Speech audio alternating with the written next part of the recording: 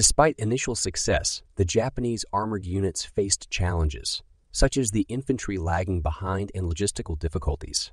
General Okamura had to make tough decisions to sustain the assault and faced a nerve-wracking situation.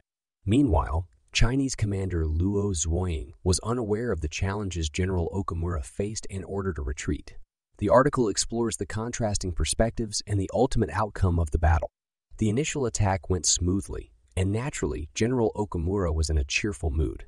However, he quickly realized that the armored units, despite their initial success, were not as effective as he had hoped.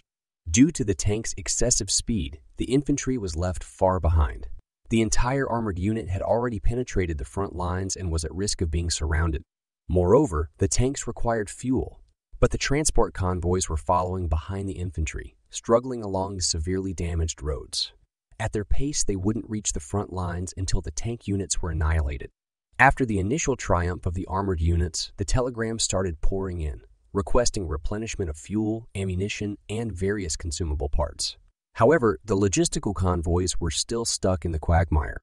General Okamura had no choice but to order all the convoys to pool their fuel supplies and provide continuous support for a small number of tanks to continue the assault, while the rest of the units remained in place, waiting for the infantry's support.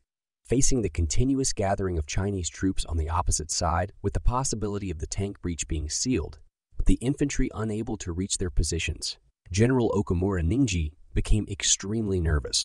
Instead of mechanically ordering a retreat, he commanded the tanks that could still move to continue the full-speed assault towards Nanchang, presenting an appearance of confidence.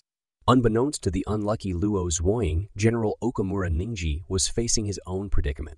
The intelligence he received boasted of the invincibility of the Japanese forces and the unstoppable tank units. It claimed that all the Chinese troops poisoned in the front line were massacred, and the Japanese were already at the gates of Nanchang, ready to swallow the city's defense forces whole. However, they lacked tanks to counter the threat and sufficient anti-tank weapons. They were likely facing yet another one: sided massacre. Outside Nanchang, the wide Gan River provided favorable terrain for defense, and the Japanese front line had stretched beyond their logistical capabilities. Once their supply lines were cut, the tanks would become like sitting ducks, trapped in their positions and exposed to attack. With the forces of the 9th War Zone, dealing with infantry divisions was more than manageable. However, after examining the situation map of the theater, Chiang Kai, Shek considered it over and over and ultimately issued the order to retreat. He believed that if the Japanese could reach Nanchang from Exuyushu, they could naturally fly across the Gan River and charge into the city. Since they couldn't stop them anyway, it was better to retreat in a timely manner.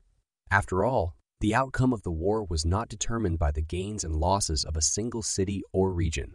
General Okamura Ningji, full of confidence, triumphantly entered Nanchang, accompanied by the grateful division commanders. In just 12 days, he crushed over 100,000 Chinese troops with minimal losses, accumulating ammunition and supplies like mountains, and completely bifurcated the 3rd and 9th War Zones.